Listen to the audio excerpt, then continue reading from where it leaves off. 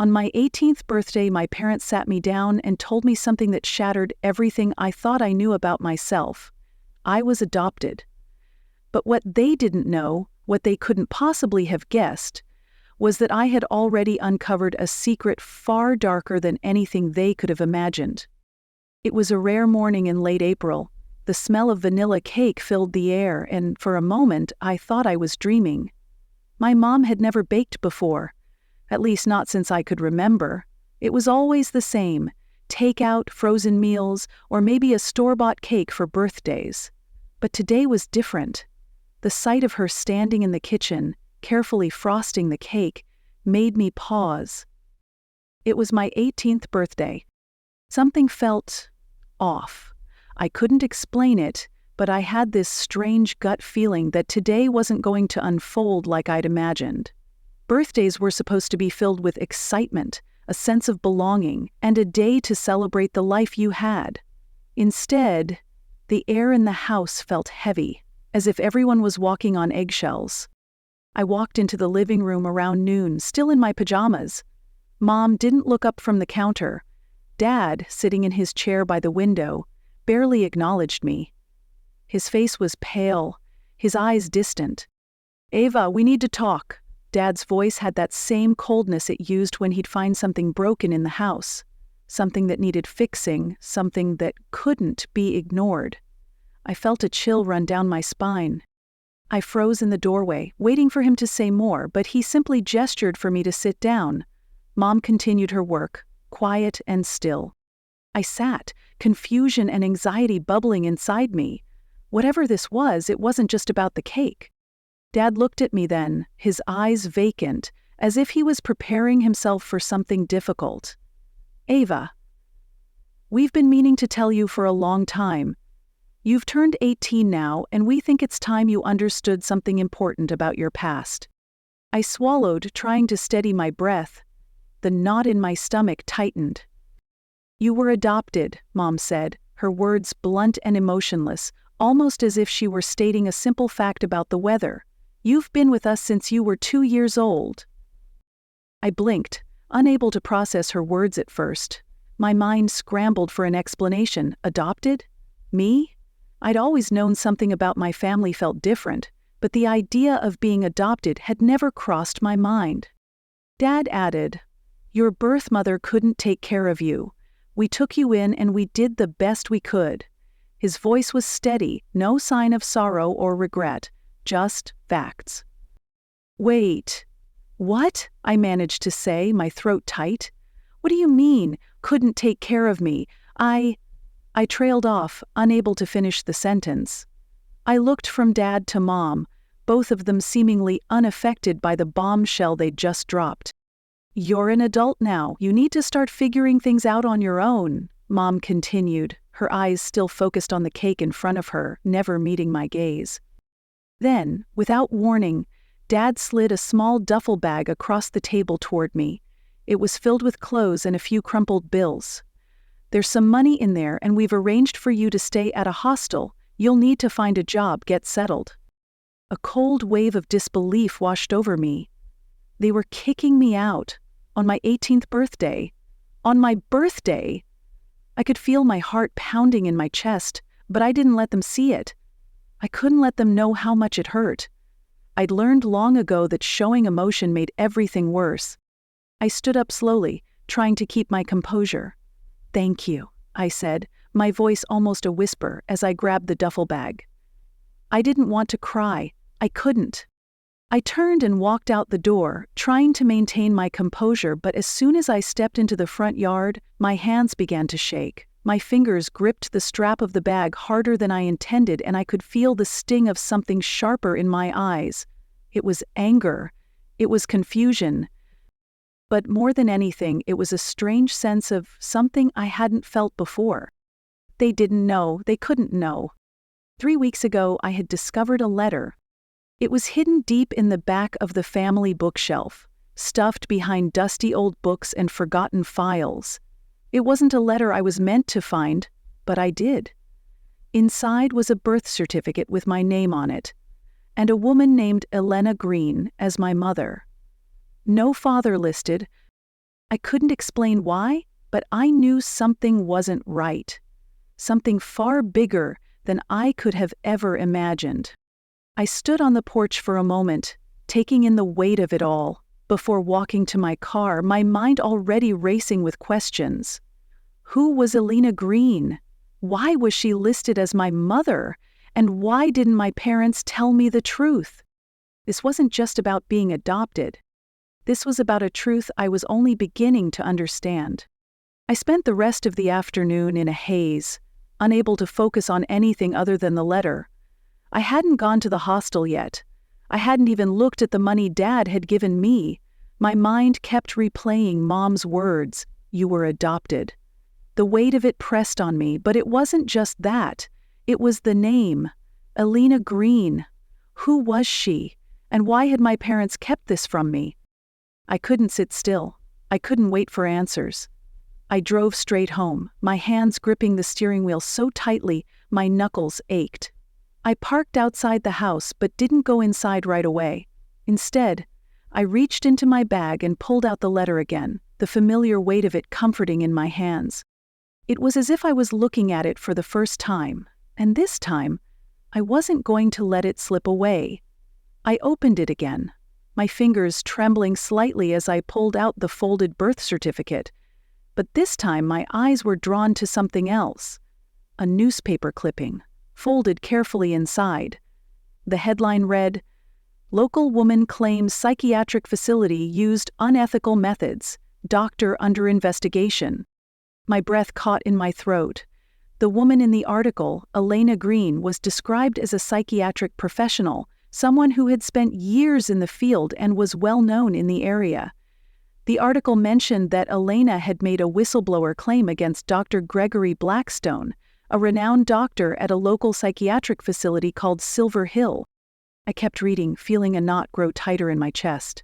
According to the article, Elena had accused Dr. Blackstone of conducting illegal, unethical experiments on female patients.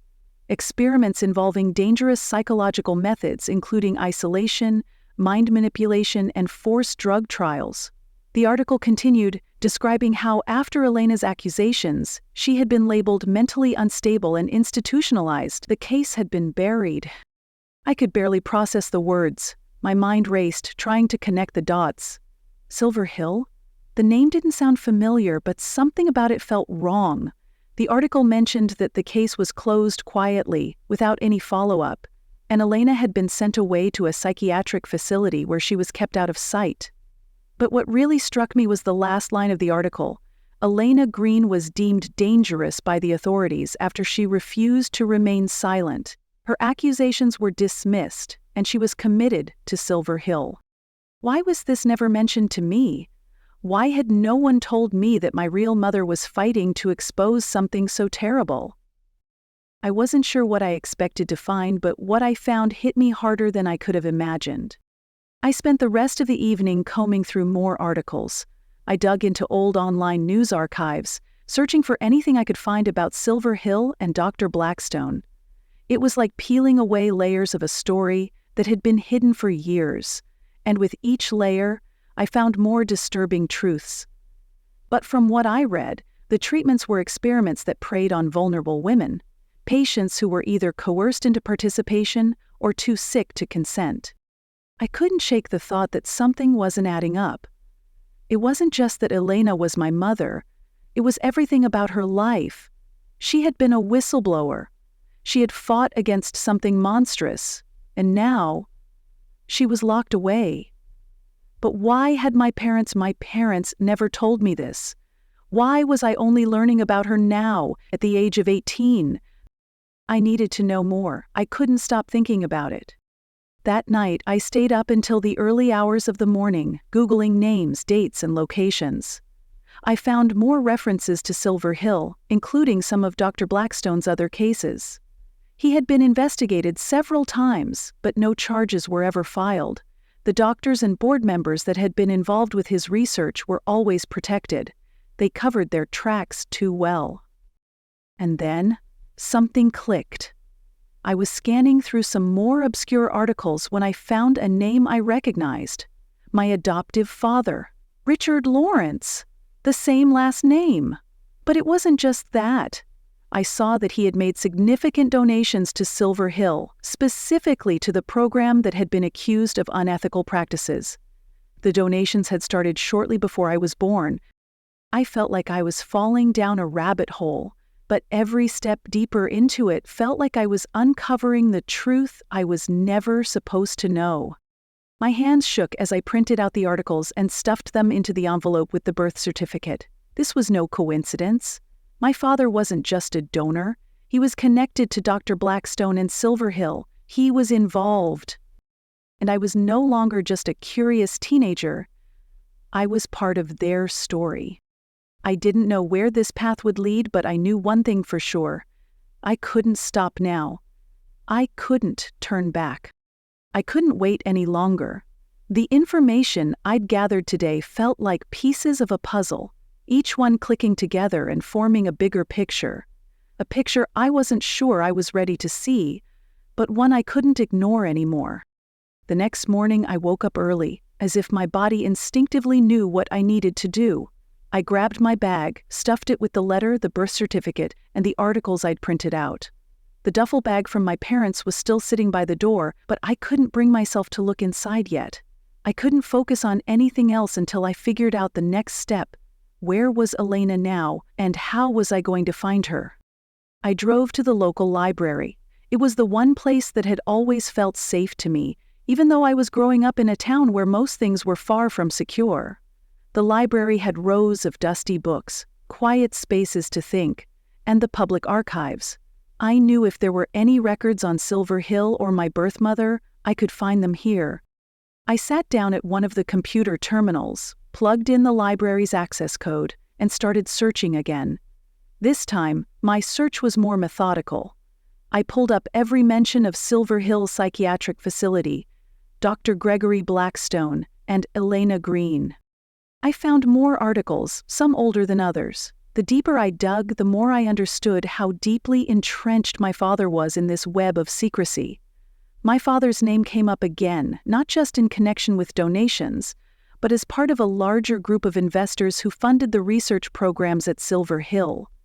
The more I read, the more I saw that he was one of the key figures ensuring that Blackstone's practices were protected. But there was more. One article mentioned a list of patients transferred out of Silver Hill when it was closed. Most were moved to another psychiatric facility called Cedar Creek, but there was no record of where Elena went after that. The facility had a reputation for taking in problematic patients and keeping them under tight surveillance. I felt a first surge of hope. If I could track down Cedar Creek, I might find answers. I needed to know where Elena had gone, and if she was still alive, what had happened to her. I spent the next few hours trying to connect the dots. I called local offices, health departments, even government records offices. Most didn't even know the exact location of Cedar Creek, but there was one clerk who hesitated when I asked. She had a soft voice, like she was used to giving bad news. "I'm not supposed to tell you this," she said quietly when I mentioned Cedar Creek, "but I can give you a lead. There's a long-term care facility in Glenridge, about 3 hours north. Some of the patients from Silver Hill were transferred there quietly in the late 90s, but I can't guarantee you'll find anything. They don't keep a public list of patients." I wrote down the name of the facility, Ridgeview Center for Behavioral Health. My heart pounded. This could be it. This could be where Elena was. I knew I had to go there, but I also knew it wouldn't be easy. I didn't have a car, and I certainly didn't have enough money to take a bus. That's when I saw the diner across the street from the library. It had a help wanted sign in the window. I hesitated. I'd never worked a day in my life, and the thought of asking for a job terrified me. But I had to find a way to get to Glenridge. I couldn't let the truth slip away again. I walked in, the bell above the door ringing softly. I approached the counter and asked for the manager. The woman who looked at me had a tired expression, as though she'd been there for years. I could see the skepticism in her eyes when she saw me standing there, probably wondering what I wanted. "I'll do anything," I said, the words rushing out of me. "Wash dishes, clean floors, whatever it takes." I just need to make enough money to get to Glenridge." She studied me for a moment, eyes flicking over my clothes and the tired look on my face. "You look like you need rest more than a job," she said. But after a long pause, she shrugged. "Start tomorrow at 6 a.m. I didn't waste any time. I was there the next morning before the sun had even risen. The work was hard, the hours long, and the staff barely spoke to me. My hands burned from the hot water and my back ached after hours of scrubbing pots and mopping the floor. But I didn't care. I was focused on the goal, on the one thing that mattered right now: getting enough money to make the trip. By the end of the week, I had enough for a bus ticket and a bit left for food. I used the rest of the tips and paycheck to pay for the bus fare to Glenridge. As the bus rumbled down the highway, I clutched the envelope tightly. Inside were the articles, the birth certificate, and the letter, the only things I had left of my real mother, Elena. The ride felt long, and with each passing town, I couldn't help but think about the woman I had never known, the woman who had tried to expose the truth and had been silenced for it. I arrived at Glenridge in the late afternoon. The air was sharp, and I felt a sense of urgency growing inside me. I found the Ridgeview Center nestled on a hill half hidden by trees. It looked less like a hospital and more like an abandoned mansion. The sign was faded, peeling at the edges. I walked up to the front desk, my heart racing. A woman in scrubs barely looked up from her paperwork when I approached. "I'm here to visit a patient," I said, trying to sound steady. The woman glanced at me. "Name?" "Elena Green." She paused, looking at me for a moment, then picked up the phone. "Relation?" she asked. I hesitated, then said, "I'm her daughter." For a moment, she didn't speak. Then she nodded slightly. "She doesn't get visitors, but I'll let you see her. Down the hall, second door on the left. Keep it brief." I walked down the narrow hallway, my pulse hammering in my ears. This was it. I was about to meet my mother. I walked down the long hallway, the fluorescent lights flickering above me as if the place itself were holding its breath. The walls were pale, chipped, and faded, and the smell of antiseptic and stale air lingered. Each step felt like I was walking into a dream, or maybe a nightmare I hadn't fully grasped yet. My heart pounded in my chest as I reached the second door on the left, my hand trembling as I touched the cold doorknob. I hesitated for a second, took a deep breath, and pushed the door open. The room was small, sparsely furnished, with a single window that didn't let in much light. In the far corner, there was a frail woman sitting by the window, her back hunched, staring out at the gray sky. She looked like she hadn't moved in hours, maybe days. Her hair, once dark, was now streaked with gray, and her skin was pale, almost translucent. For a long moment, she didn't even acknowledge my presence. Her hands were folded neatly in her lap, and her posture was rigid, as if she had trained herself to remain still, to be unnoticed. "Elena," I said, my voice barely more than a whisper. She didn't turn right away. I stepped closer, my heart racing, but she finally looked up. Her eyes, dark, sharp, and full of something I couldn't quite place, met mine. I saw recognition flicker in them, just for a moment, before it was gone. She studied me for a moment longer, and I saw the pain in her gaze. It was her. It had to be.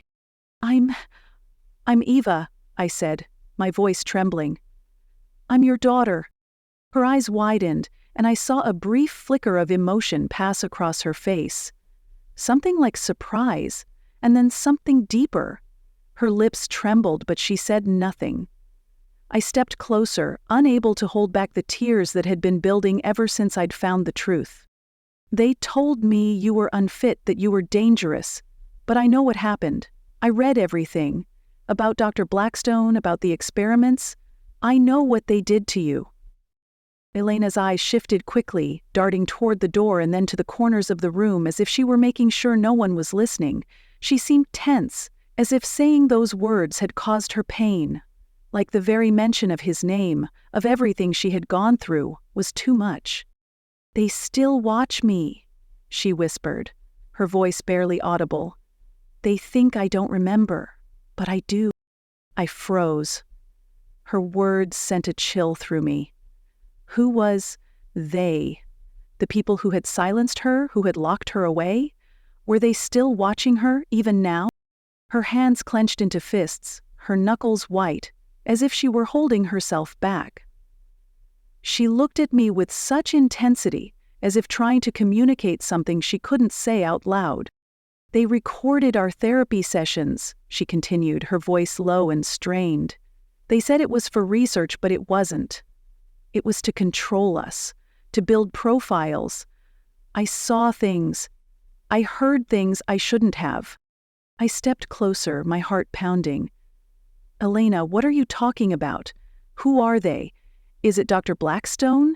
Is it the Halverson Foundation? She flinched at the mention of the name Halverson, shaking her head slowly, her eyes filling with dread. Your father, her voice cracked as she said the words, he wasn't supposed to adopt you. He wasn't even on the approved list. But he pulled strings, got your file sealed. They didn't want anyone asking questions. I tried to stop it, but by then they had already decided. I was too loud, too dangerous. My breath caught in my throat. My father, it couldn't be the man who raised me, the man who I had trusted my entire life, was somehow connected to this nightmare. I sank into the chair beside her, trying to keep my voice steady. What did they do to you, Elena? What did they do to the others? To me? Her eyes softened, but there was a deep sadness in them. It started with PTSD treatments, she said, her voice a whisper. But it wasn't therapy. It was experimental.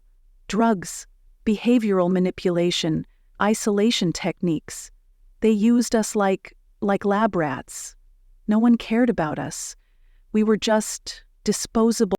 I felt my stomach drop. The world I thought I knew, the life I thought I had was slipping away. Everything had been a lie. I took a deep breath, trying to steady myself. I'm going to get you out of here, Elena. I won't let them keep you locked up. We're going to expose this. We'll make them pay. Her hand shot out, gripping mine with surprising force. Don't trust anyone, she whispered, her eyes wide with fear. Not anyone with a badge. Not anyone in a lab coat. Not even them. She shook her head, panic creeping into her voice. If they know you've found me, it'll be worse. Don't trust anyone. I felt the urgency in her words. I could see the fear in her eyes, the fear of being silenced once again. But I couldn't back down. I wouldn't. I don't care, I said, my voice firm. I'm going to prove that you're not crazy. I'll expose them all. Elena's face softened for a moment, as if a weight had lifted, but she quickly hardened again, glancing nervously toward the door. I stood up, determination flooding through me. I wouldn't let her suffer any longer. I had come this far and there was no turning back. But as I turned to leave, the door creaked open. The nurse who had given me access to Elena stood in the doorway, smiling thinly. I'm sorry, she said, her voice too sweet. Visiting hours are over. I glanced back at Elena, but she wasn't looking at me. Her eyes were focused on the nurse, and something about her posture shifted. She had become stiff, perfect. She was playing the part of the compliant patient again. As I passed the nurse on my way out, she leaned in slightly, her voice barely above a whisper. You're not the first to come asking about her. She paused, her eyes flicking toward Elena's room. But the last girl didn't come back. The warning was clear, and it sent a chill down my spine. I walked out of Ridgeview with my heart racing, my thoughts a whirlwind. Elena had been right. They were still watching, and whatever I had uncovered was far more dangerous than I had realized. I couldn't leave, not yet. Every part of me screamed to run, to forget the whole thing and never look back. But I couldn't. The truth was too big, and it was too close now. The air outside Ridgeview was cold, sharper than I expected, and I could feel the weight of everything that had just happened. Elena had confirmed it all. Their lies, The manipulation, the evil hiding behind closed doors. But there was still more to uncover. My head spun as I walked down the long path from the facility. The nurse's warning echoed in my mind, the words like a shadow, following me.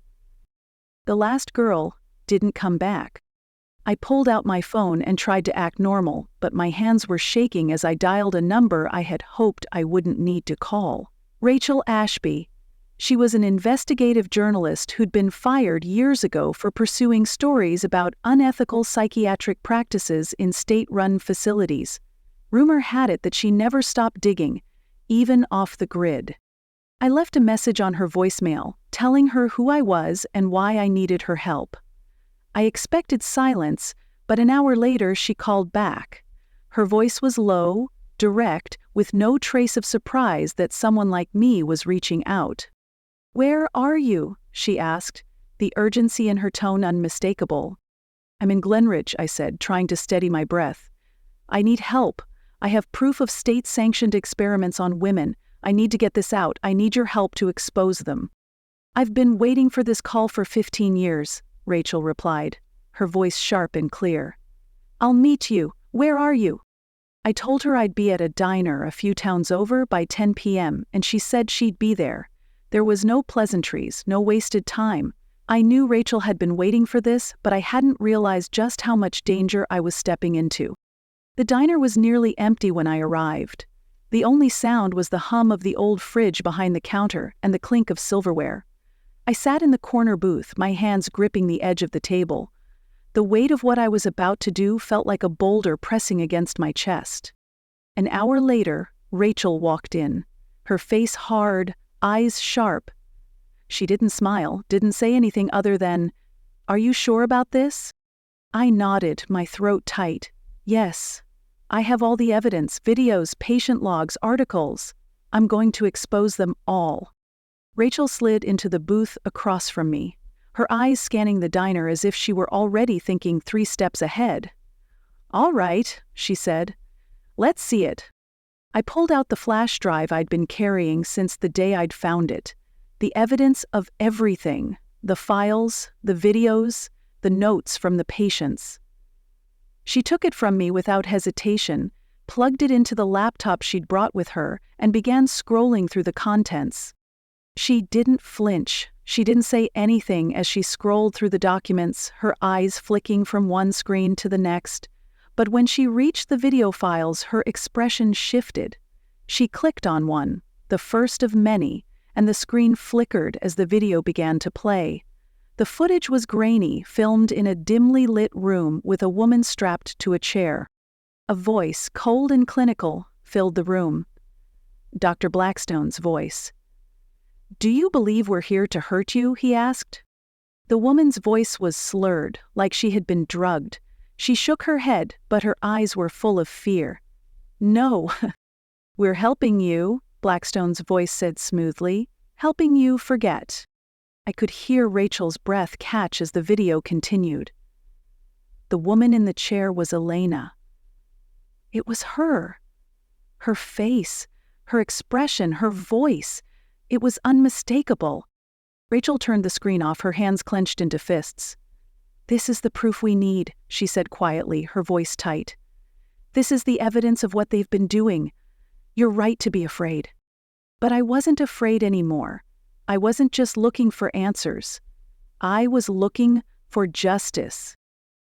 "I can't go to the authorities," Rachel continued, her voice low and steady. "They're too deeply entrenched. The people in power have already covered their tracks. They'll erase everything if we try to go through the system. We need to go public, but we have to be smart about it." I didn't care how smart we had to be, I just wanted to bring them down. Rachel nodded as if she understood the frustration boiling inside me. "All right," she said. "Here's the plan. We take the evidence you have and we leak it to the right people. We send it to journalists, to whistleblower networks, to people who can't be silenced. We go public all at once, in a way they can't stop." I sat up straighter. "And how do we do that?" Rachel's eyes locked onto mine. "You have to trust me. I've been fighting this war for years. I know who to send this to. We'll make sure this goes far. We'll make them listen." The next few days were a blur. Rachel had already started working her contacts, sending encrypted messages to former prosecutors, human rights lawyers, and investigative journalists who could help bring this story to the light. Each name she mentioned was a small piece of the puzzle. People who had tried to expose the corruption, the abuse, the system's darkest secrets. Now, with the evidence I'd uncovered, we were going to make them listen. I spent hours in the small motel room, pacing back and forth, waiting for updates. I couldn't sit still.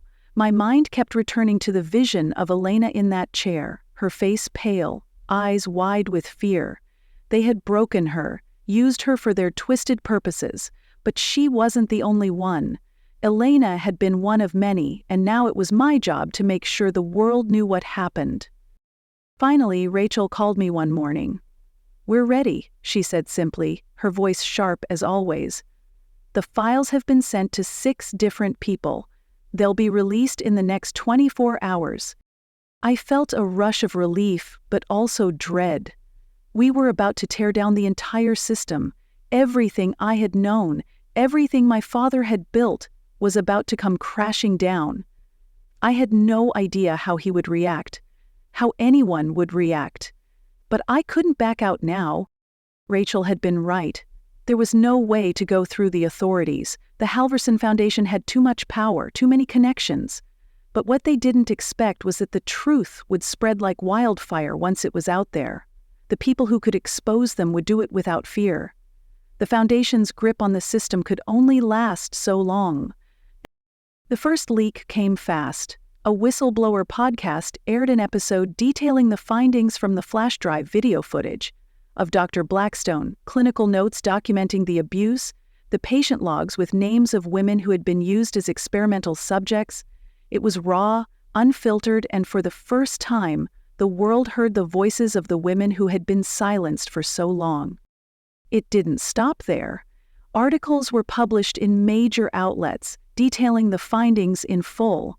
The media frenzy took off, covering every detail of the case. Photos of Dr. Blackstone and the now defunct Silver Hill facility, once hidden in the shadows, were blasted across social media. The people who had been complicit in the abuse could no longer hide behind their faceless positions of power.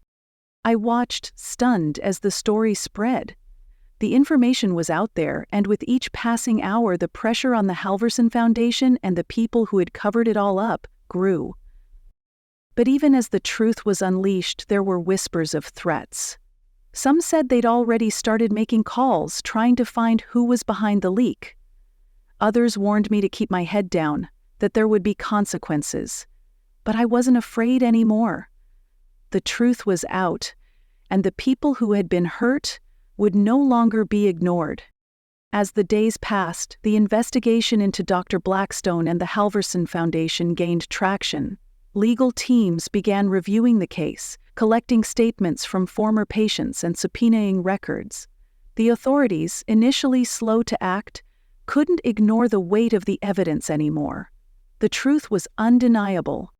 And then, 2 days after the first leak, I got a voicemail from an unknown number. My stomach twisted as I listened to the voice on the other end. It was my father, Thomas Brenner. "Ava?" His voice was calm, too calm. "I know what you've been doing. I want to talk. You owe me that much." My heart pounded. He knew. He had to have known. But why call now?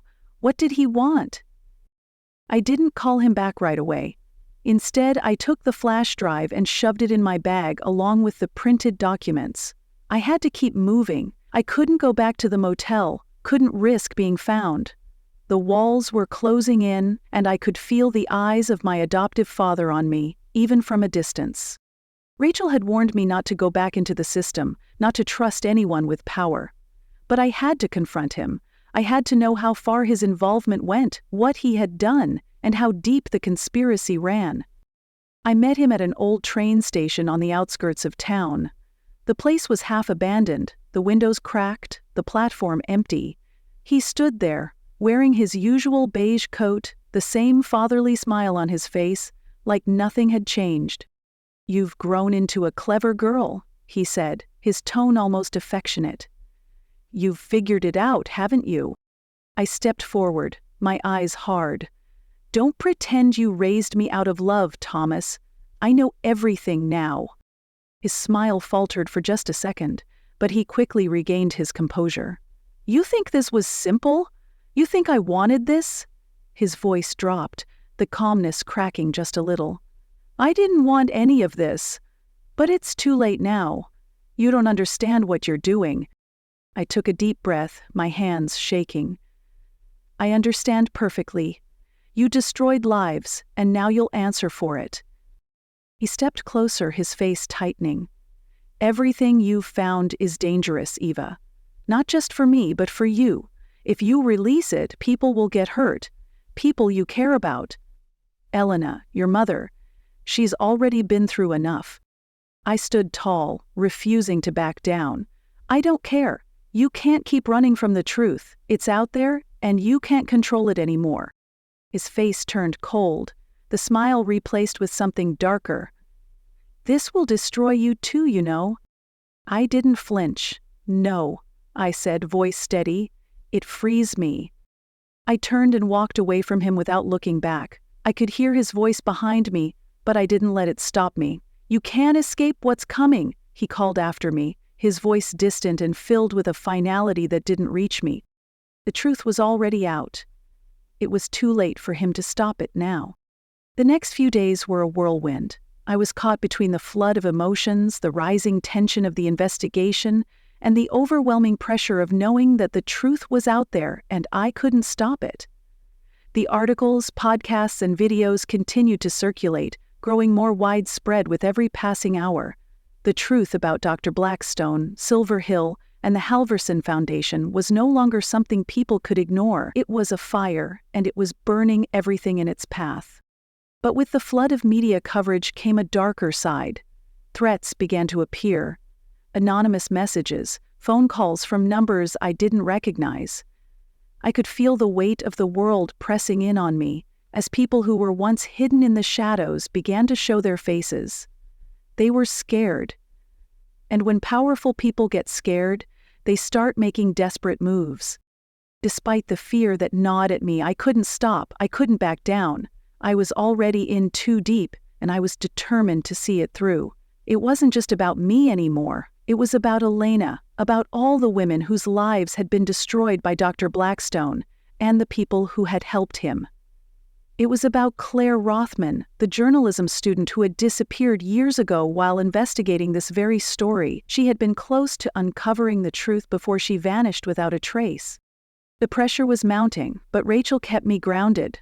She was relentless, working behind the scenes, reaching out to more contacts, making sure the story stayed alive. We couldn't let it die. Not when the world was finally listening. 2 days after my confrontation with my adoptive father, I received a call from Rachel. Her voice was tight, as if she was holding something back. "They've started making moves," she said. "The Halverson Foundation is pulling strings. They've issued a press release, claiming they're cooperating with the investigation. But you and I both know they're trying to get ahead of the story, trying to spin it in their favor." I felt a cold knot form in my stomach. Of course they were trying to cover their tracks. They were trying to make it seem like they had nothing to hide. But that didn't matter. We had the truth. We had the evidence. "I'm not going to let them control the narrative," I said firmly. "We have to keep pushing. Don't let them bury this." Rachel's voice softened. "You're right. I'll keep pushing. But you need to lay low for a while. The authorities are circling, and I've heard things. Your father, he's not done. He's going to come after you." I clenched my fists. The thought of him coming after me again, after everything he had done, made my blood boil. But I wasn't scared anymore. I couldn't afford to be. "I'm not hiding," I said, my voice unwavering. "I'll keep moving forward. But we need to find Claire. We need to know what happened to her." Rachel paused before responding, her voice heavy. "I know where she is." My breath caught. What do you mean? I've been digging for years, Eva. I've been tracing every lead, every bit of information I could find about Claire. And I found her. She's alive. I couldn't believe it. Claire alive? After all these years? It was almost too much to process, but I knew one thing for sure. I had to see her. We had to get her out of hiding and help her tell her story. She's in Oregon, Rachel continued. She's been living under a false name in a small town. I've got her address. We can bring her in. We can finally put an end to this. I could hardly breathe. This was the final piece of the puzzle. Claire had been the one who had almost exposed everything, the one who had gotten too close and then disappeared. I wouldn't let her be silenced any longer. She needed to speak her truth, just like Elena. I gathered my things and left the motel that night. I didn't know what would happen when I arrived in Oregon, but I knew I had to go. I had to find Claire. I couldn't let her stay hidden any longer, not when the world needed to hear her story. The drive was long. I didn't stop to sleep, didn't take breaks. I was driven by something deep inside me, something that wouldn't let me stop, no matter how tired I was or how uncertain the road ahead seemed. When I arrived in Oregon, it was early morning. The town was small, just a few buildings scattered along the highway. I found the address Rachel had given me and parked across the street. The house was modest, tucked away at the end of a dead-end road, surrounded by trees. It looked peaceful, quiet, as if nothing had ever happened here. I took a deep breath, steeling myself for what I was about to do. I had no idea how Claire would react, whether she would even want to talk to me, but I couldn't leave without knowing the truth. I knocked on the door. It opened slowly, revealing a woman who looked much older than I imagined, but there was something familiar about her eyes. They were the same eyes I had seen in the pictures, bright, intense, full of the same determination I had seen in Elena. "Claire Rothman?" I asked, my voice tight with emotion. She blinked, startled, and then recognition dawned on her face. She stepped back, her expression hardening. "Who are you?" she demanded, her voice shaky but strong. "I'm Eva," I said, my voice trembling. "I've been trying to find you. You disappeared years ago. I know what happened to you. I know what you were trying to do. I've got the proof." "You're not alone anymore. We can expose the truth together." Claire looked at me for a long moment, her face unreadable. Then slowly, she nodded. "I've been waiting for this," she whispered, her voice breaking. "I've been waiting for someone to come." Claire's small, quiet house was filled with tension as she let me in, her eyes scanning the street before she closed the door behind us. It was clear that she hadn't been living freely for years. The woman in front of me wasn't the same young, idealistic journalist I had read about in old articles. The weight of everything she had endured was etched on her face. Her eyes were guarded, like a soldier who had fought too many battles. Once the door clicked shut, she led me into the living room, and I could see it in the way she moved.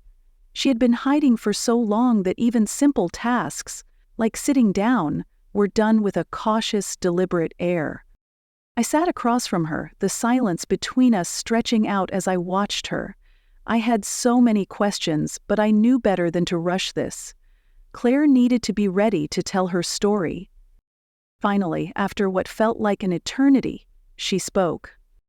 "They told me I was crazy," she began, her voice barely a whisper, but the bitterness was there. "I was trying to expose what was going on at Silver Hill, trying to get people to listen, but no one did. When I started digging, I got closer and closer to the truth. I found the files, the patient logs, the records of all those women. They weren't patients, they were experiments." Her hands shook as she spoke, but she didn't stop. "And when I tried to go public, they came after me. They erased everything I had, my laptop, my notes, my life. And then they made me disappear. Everyone thought I ran away, that I'd left it all behind. But I never had the chance to leave. They knew too much about me." I could feel my chest tightening as she spoke, as I thought about everything she had sacrificed. The fear she had lived with, the trauma of being erased, of being made invisible. "But you're not invisible anymore," I said softly. "We're going to make sure of that." Claire looked at me, her eyes searching mine as if trying to read the truth in my words. How? How are we going to expose this? I've tried everything. I've lived in hiding for so long, afraid of them coming after me, coming after my family. I don't know if I can do it again. "You don't have to do it alone," I said, my voice steady. "We've got the evidence. The media's already picking it up. The Halverson Foundation is crumbling. They can't stop it now." She looked at me for a long moment, her face unreadable, before she finally nodded. "All right," she said, her voice stronger now. "Let's do it." We spent the rest of the day going over everything I had, carefully piecing together the documents, patient logs, and videos. Rachel had been working behind the scenes to get more people involved, reaching out to whistleblower networks, human rights groups, and independent journalists who had been silenced for years. We knew this had to be a coordinated effort. If we were going to expose the truth, it had to be in a way they couldn't control. As night fell, I couldn't help but think about the twists and turns that had brought me here. How I had started out just looking for answers about who I was, only to uncover a web of corruption and cruelty that stretched far beyond anything I could have imagined. But this was the moment it all had been leading to. This was the chance to put everything on the line. "Are you ready?" Claire asked, her voice thick with emotion as she pulled the flash drive from the envelope. I nodded, more than ever. The following morning, the first article went live. It was raw, unfiltered, and told the world everything. The footage, the documents, the patient logs, all of it was exposed. The media outlets, too many to count, began spreading the news, and social media exploded with the revelation that Dr. Gregory Blackstone had been running illegal experiments on women for decades, using unethical methods to manipulate and control them. The Halverson Foundation, once a pillar of the medical community, was at the center of the scandal. The pressure started building quickly. News outlets began to question the authorities, the medical professionals who had been involved, and the people who had helped cover up the crimes. Within hours, calls for an investigation were flooding in from every corner of the world. What had started as a quiet leak had turned into a storm. But as the story went viral, so did the threats. My phone rang nonstop, each call a reminder of just how far they would go to stop the truth from spreading. But it didn't matter anymore. The truth was out there, and there was no way to take it back. That night, I received another voicemail. It was from my adoptive father, Thomas. His voice was calm, but there was an edge to it. "I told you, Eva. I warned you that you couldn't stop this. You're playing a dangerous game. You think the world will care, but you're wrong. You'll lose everything. You'll regret this." But I didn't feel regret. I didn't feel fear. I had already lost everything. My family, my past, my entire sense of who I was. But in exchange, I had found something far more important: the truth. And with the truth, I could fight back. As the days passed, the investigation continued to unfold, and the authorities finally began to act. Subpoenas were issued, the Halverson Foundation's board members were questioned, and Dr. Blackstone was finally arrested. He had evaded justice for far too long, but now, with the world watching, there was no way for him to hide. Then, in a moment I will never forget, the authorities confirmed that Elena was being released from Ridgeview. The nurses at the facility had feared the fallout from the leak, and as the investigation intensified, they had no choice but to let her go. My mother was finally free.